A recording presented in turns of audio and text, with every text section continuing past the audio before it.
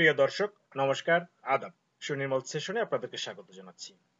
জাতীয় শিক্ষা সপ্তাহ 2024 এর জাতীয় পর্যায়ের প্রতিযোগিতা অনুষ্ঠানের তারিখ নির্ধারণ এবং ভেন্যু নির্ধারণ করা হয়েছে।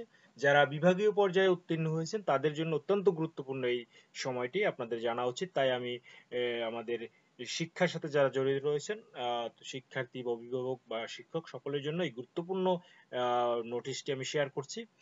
গণপ্রজাতন্ত্রী বাংলাদেশ সরকারের মাধ্যমিক উচ্চশিক্ষা অধিদপ্তর 15ই মে এই নির্দেশনাটি জারি করেছে।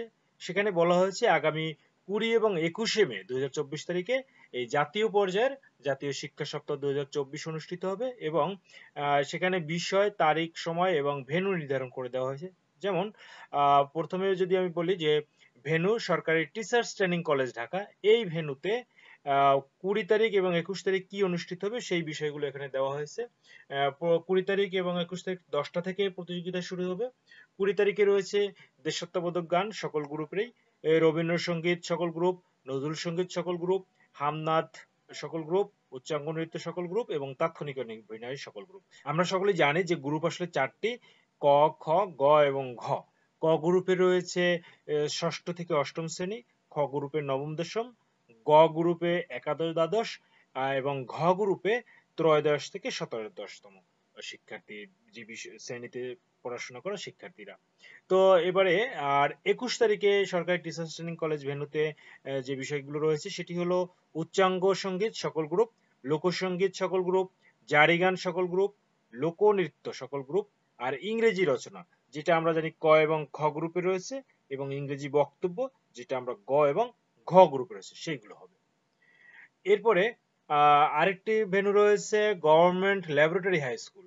এই জায়গায় 20 তারিখে সকাল 10টা থেকে প্রতিযোগিতা হবে। সেটা হলো কেরাত সকল গ্রুপ, বাংলা রচনা, এটা অনির্ধারিত সকল গ্রুপ, অর্থাৎ এখানে ইনস্ট্যান্ট আমাদের বিচারক মন্ডলী যারা আছে তারা নির্ধারণ করে দিবে, শিক্ষার্থীরা সেটার উপরেই লিখতে হবে। বিতর্ক সকল গ্রুপ, বাংলা কবিতা আবৃত্তি, এটা নির্ধারিত সকল গ্রুপ। তো এই নির্ধারিত কবিতা আসলে জেলা উপজেলার জন্য নির্ধারণ ছিল না, বিভাগের জন্য ছিল, এবং আহ, জাতীয় পর্যায়ে সেই একই কবিতা রয়েছে, সেটি আমি একটু পরে নিচে দেওয়া রয়েছে, আমি দেখাবো।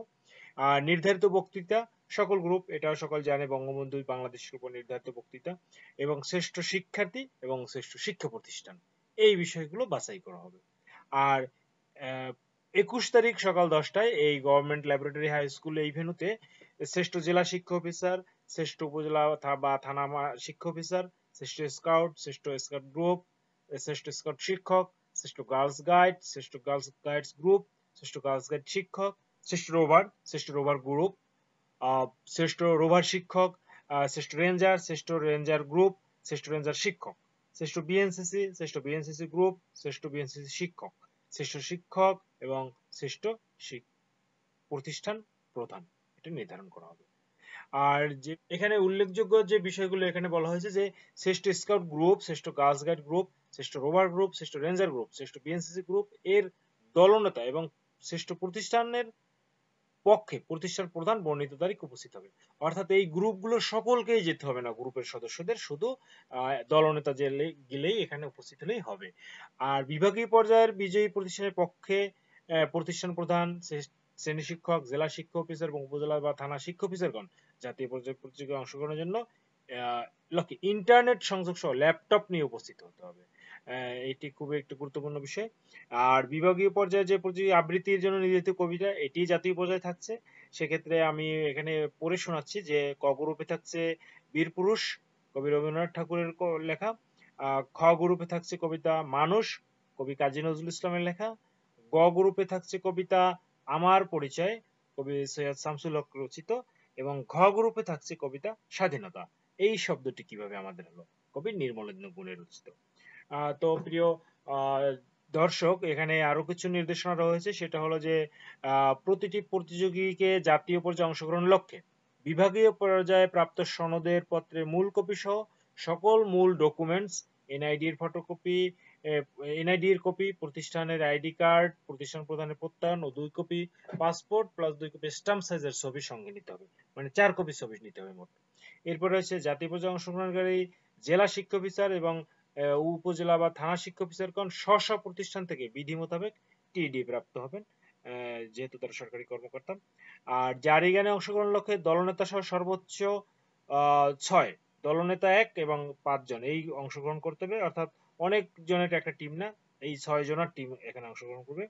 উচ্চাঙ্গ সঙ্গীত সংশ্লিষ্ট বাদ্যযন্ত্র প্রতিযোগিতায় সঙ্গে করে আনতে হবে। নৃত্যের প্রতিযোগিতায় নিজ নিজ নৃত্যের পোশাক পরিধান করে প্রতিযোগিতায় অংশগ্রহণ করে করতে হবে, এটা খুব স্বাভাবিক। এবং অংশগ্রহণকারী সকল প্রতিযোগীকে নির্ধারিত তারিখ ও ভেন্যুতে সকাল 8:30টায় উপস্থিত থাকতে হবে। এরপরে আরেকটা রয়েছে প্রতিষ্ঠান প্রধান, শিক্ষক, শিক্ষার্থী, উপজেলা শিক্ষা প্রতিষ্ঠান, জেলা শিক্ষা ক্যাটাগরিতে প্রতিযোগিগণ সমস্ত ডকুমেন্ট সাথে নিয়ে আসবেন, প্রযোজ্য ক্ষেত্রে ল্যাপটপ সহ। মানে যার যার ডকুমেন্ট সেগুলো নিয়ে কিন্তু এখানে যেতে হবে।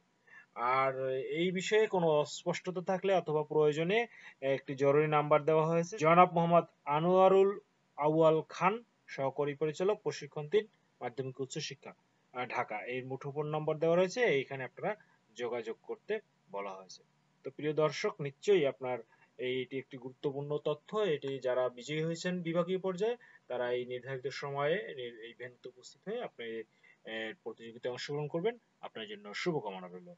প্রিয় দর্শক, আজ এ পর্যন্তই। লাইক, কমেন্ট, শেয়ার করে ভিডিওটি ছড়িয়ে দিবেন এবং আমার চ্যানেলটিকে সাবস্ক্রাইব করে রাখতে ভুলবেন না। আজ এ পর্যন্তই, শুভ বিদায়।